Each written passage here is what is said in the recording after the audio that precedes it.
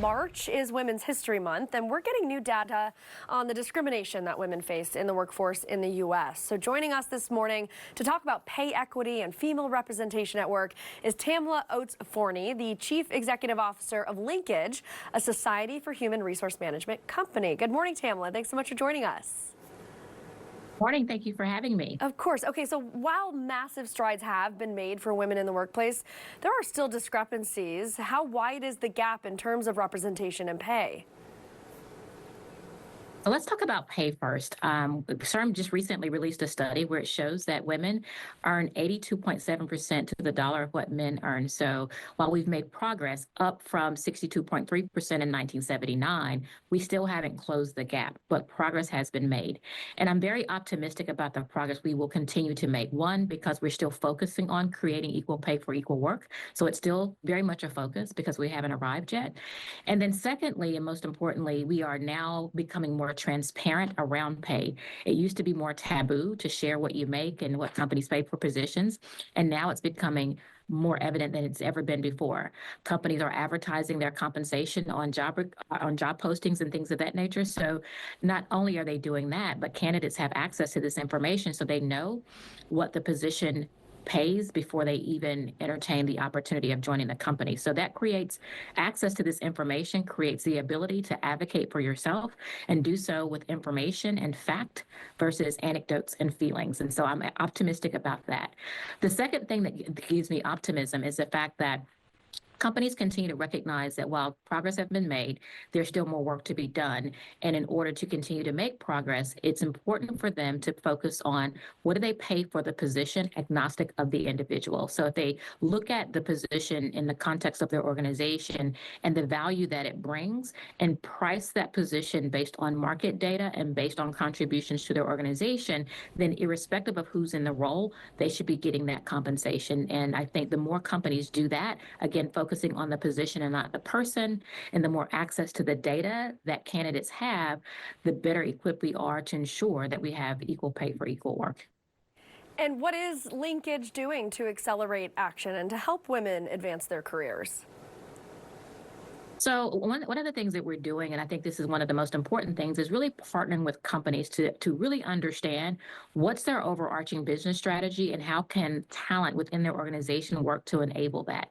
And so we do almost like a diagnostic testing, and not testing, but to do a diagnosis of what's going on in their talent realm. And to the extent that there's disparities associated with women advancing in their workplace, we really uncover why that is and what things need to happen in order to change that trajectory. And here's why.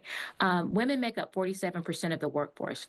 And in 2030, it's projected that we're going to be 52% of the workforce, right? We are the most educated in the workforce, but yet we're not matriculating at the same rate. So the math just isn't mathing because only 8.8% of Fortune 500 CEOs are women. So you have to ask yourself why that is when the pool of talent and the pool of women is so significant. And then if you back into that, what is causing there to be, limited matriculation in those roles?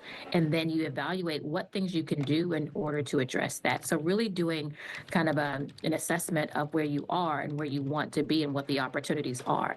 And the reason why I say it's all about talent optimization is because workforce participation rates are declining, the labor pool is shrinking, skills are declining.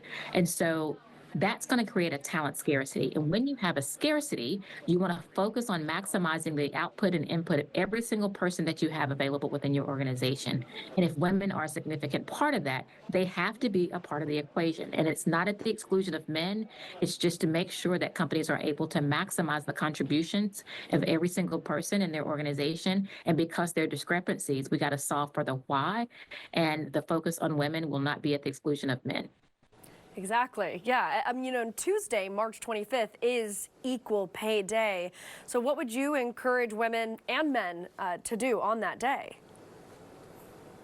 Well, one, I think is recognize that we still have some work to do in that regard. So don't think that we have solved the problem.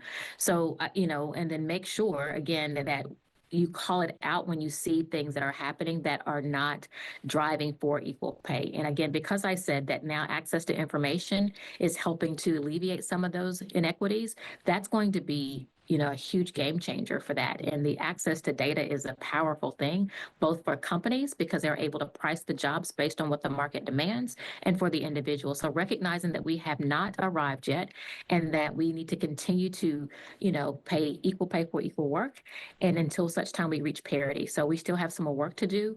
And if you are in a leadership position that can help influence that, it is your responsibility to do so. Yeah, I love the shout out to the leadership at the end. Thank you so much, Tamla Oates-Forney with Linkage. Really appreciate this conversation and for having you this morning. Appreciate it. Thank you. Have a good one. You too.